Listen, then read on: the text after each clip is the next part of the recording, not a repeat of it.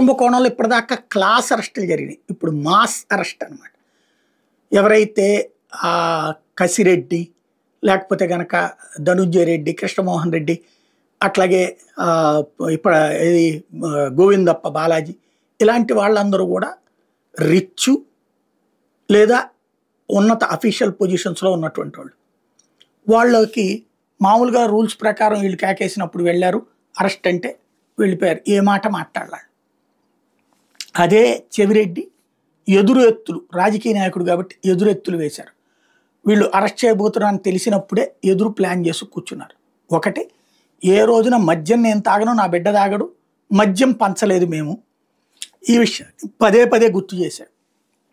ఇన్ని సంవత్సరాల ఎన్నికల్లో మద్యం అనేది పంచడానికి ఇష్టపడను, అట్లాగే తన కుటుంబంలో మద్యం కారణంగా ఇద్దరు చనిపోయారు, ఆ కారణంగా మద్యం మీద ద్వేషం ఉంది, మద్యం వ్యాపారాన్ని అసలు అంగీకరించను అన్నటువంటిది తెగేసి చెప్తా వచ్చారు. అలాగే తన మీద తన గన్మెన్ల ద్వారా కేసు పెట్టబోతున్నారు అన్నటువంటి పాయింట్ తెలిసి ముందుగానే రివర్స్ స్టేట్మెంట్లు ఇవ్వడం ప్రారంభించారు. సిట్ ఇట్లాగా మోసం చేస్తుంది అన్నట్టు, తద్వారా ఎదురు ఎత్తు వేసుకుంటూ వచ్చారు. ఆ తర్వాత చివరికి తాజాగా వాళ్ళిద్దరిని ఎఫ్ఐఆర్లో వీళ్ళు చెప్పినట్టుగానే పెట్టారు. ఇంకో పక్కన వాళ్ళ గన్మెన్, పాత గన్మెన్, తను ఎమ్మెల్యేగా ఉన్నటువంటి సందర్భంలో గన్మెన్ని వీళ్ళు విచారించారని తెలిసిన తర్వాత అందులో ఒక అతను గిరి అనే అతనికి అయితే ఏకంగా 60% జీతం పెంచి గ్రేహౌండ్స్లో ఉద్యోగం ఇచ్చారట. అంటే తనని దెబ్బ కొట్టడానికి అతను ఒప్పుకున్నాడని. ఇట్లాగా రెండవది ఇప్పుడు మదన్, ఇతను ఎదురు తిరగడం అన్నటువంటిది జరిగింది. ఇదంతా హైలైట్ చేయడంలో సక్సెస్ అయ్యాడు చెవిరెడ్డి. అంటే ఎదురు రివర్స్ లేడు.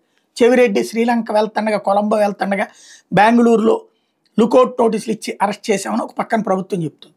ఇప్పుడు అసలు అంతకుముందు లేనిది లుకౌట్ నోటీస్ ముందే ఎందుకు ఇచ్చారని రేపు కోర్టులో సవాల్ చేయడానికి చెవిరెడ్డి సిద్ధమవుతున్నాడు. అంటే తన మీద కేసు పెట్టిందేమో ఏసీబీ కోర్టులో నిర్ణయిస్తే ముందే లుకౌట్ నోటీస్ ఎట్లా ఇచ్చారన్నటువంటి పాయింట్తో కోర్టుకు వెళ్లేందుకు సిద్ధపడుతున్నటువంటి పరిస్థితి చెవిరెడ్డిది.